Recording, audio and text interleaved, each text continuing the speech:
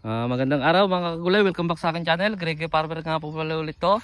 Bali ngayong araw, Biyernes mga kagulay, mag-harvest tayo mga kagulay. At dito tapos nang harvestin mga kagulay, pero makikita nyo may mga na iwan pa rin mga kagulay. Yan siya. Yan. Ito, tapos na lahat harvestin mga kagulay, tapos na rin hakutin. Pagka dito lang ako para papakita ko sa inyo itong ano, itong mga may naiwan pa. Parang sa susunod ay unti na lang siguro to sa susunod. Pero meron pa rin naman mga kagulay. 24 harvest to mga kagulay. 24 harvest. Yan siya. Yan. Yan din yung ating pipino. Nakapag-upload din ako kagapon. Update ko kayo. Yan yung ating pipino mga kagulay. Meron din siyang bulaklak. Yan siya. Yan. Bali titignan natin mga kagulay yung na-harvest na mga kagulay, pinipilian pa lang. Medyo marami siyang ano ngayon, class B mga kagulay. Gawa nga nagkukulang na sa tubig. Yung drip dito mga kagulay tinanggal namin. Gawa ng plano namin ilipat doon mga kagulay sa Atsalat saka doon sa Talong na Bago mga kagulay. Kaya mano-mano muna yung pagdidilig dito. Saka yung ibang drip naman doon, yung pinagbunutan lalagay ulit doon yung drip mga kagulay para doon naman sa pipino mga kagulay. Pupuntahan natin mga kagulay yung ano, yung na-harvest na. Ito, pipilian pa to mga kagulay. Papakita ko sa inyo ito, hindi pa ito napilian. Yan. Yan yung ating talong. Pinipilian pa yan mga kagulay. Tapos ito naman yung class B niya mga kagulay, medyo dumami yung class B. Ito naman yung napilian na mga kagulay. Letter E. Mga tansya ko nito mga nasa 200 plus mga kagulay. Tapos ito naman yung sitaw. Pinipilian nila yung sitaw mga kagulay. Kasi sabay din siyang harvestin mga kagulay. Ayan. Saka ito pa, sitaw pa to mga kagulay. Ayan. Sitaw lahat yan mga kagulay. Ito, pipilian pa mga kagulay, gawa ng maraming magulang. Yan, ito. Ano na, nireject ko na yung mga magulang mga kagulay to. Yan o. Green na siya mga kagulay, yan o. Mga reject na. Hindi siya, wala siyang, may mga uod pa rin naman, pero karamihan na napilian dito ay magulang na mga kagulay o. Kaya nandyan siya sa reject na mga kagulay. Yan. So, pipilian pa natin. Tapos ito yung class B talaga mga kagulay. Ito. Hindi na nga ito class B mga kagulay. Reject na yan mga kagulay. Gawa ng... Pero malambot pa siya mga kagulay.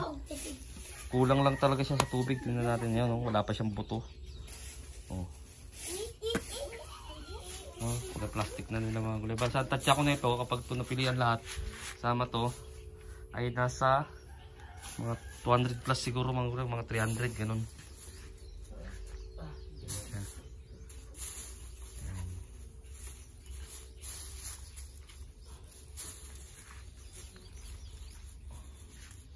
Ganda pa rin naman yung ano niya. Wala pa rin ano, wala pa rin sinyalis na may pangalan nito mites o kaya ano. Kasi green pa rin naman yung mga calyx niya mga gulay. Yung mga iba lang talaga gumulang. Katulad nito. Ayan o. Pero malambot pa rin siya mga gulay. Yung kulay lang talaga niya na ganun iba. Ayan. Kulay lang niya na nag-iba mga kagulay. Ayan. Yung motor natin nakapasok na gawa nga ng wala nang ulan. Pero kung titignan yung panahon dito mga gulay, makulimlim ngayon. Sana nga iulan niya. Para hindi na kami magdilig dyan sa sili. Siya mga kagulay.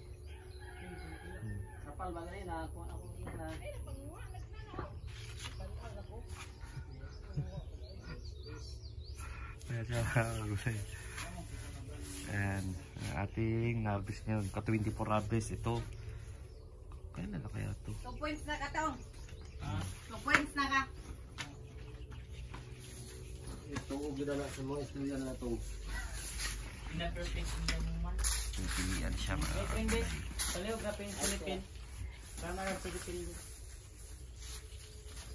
Pwede ang kukuha pa rin ito taga San Franz. Mga kagulay. Okay, sa Hindi pang class BJ na yung mga class AJ ba?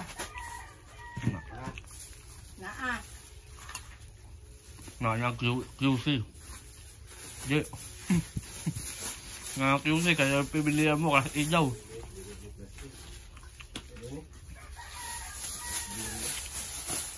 Ano na yung isabi mo na anak yung bilhin niya? Pero beto nakapadulong mo kung dito. Isabi din ah. Humakban di ang lalong. Di ako nakakuha kay pag ingkit na ko gahi man. Ang kalit niya, gahit.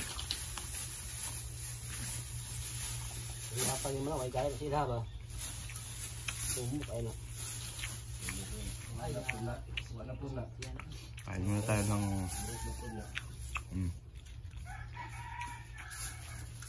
Nga, pulid ko. Pagkaan ako sa mong... Hindi sa may mong pagkamatso. Itikling mo gago. No. Tikling.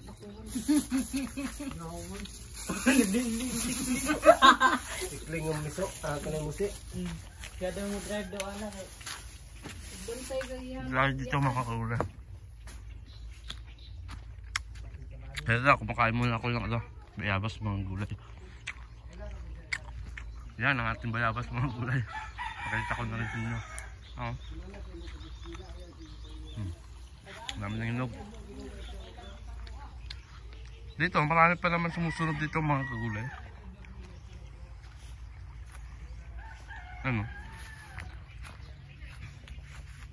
Marami pa rin naman sumusunod. Pero ang pare ko medyo mas unti siya sa susunod na harvest. Kasi yung ngayon. Yung ngayon, mga sa 300, 250 to 300 dyan mga gulay tansya ko. Sulit lang mga gulay ha. Makakain kasi ako ng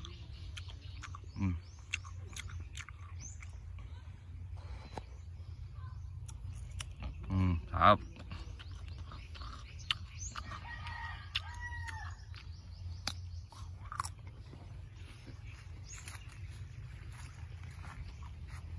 Mga makakagulay oh. Marami pang ano. Marami pa rin naman. Saka may mga bulaklak pa rin naman mga kagulay. Pero hindi na katulad nung nakaraan.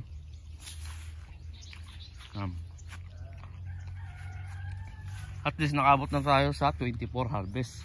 Eh kung di pa ito huminto, kasi 2 linggo rin yun, 3 linggo na huminto na hindi kami nag-harvest. Sa ganun mga kulay, dapat to sa 30 harvest na siguro.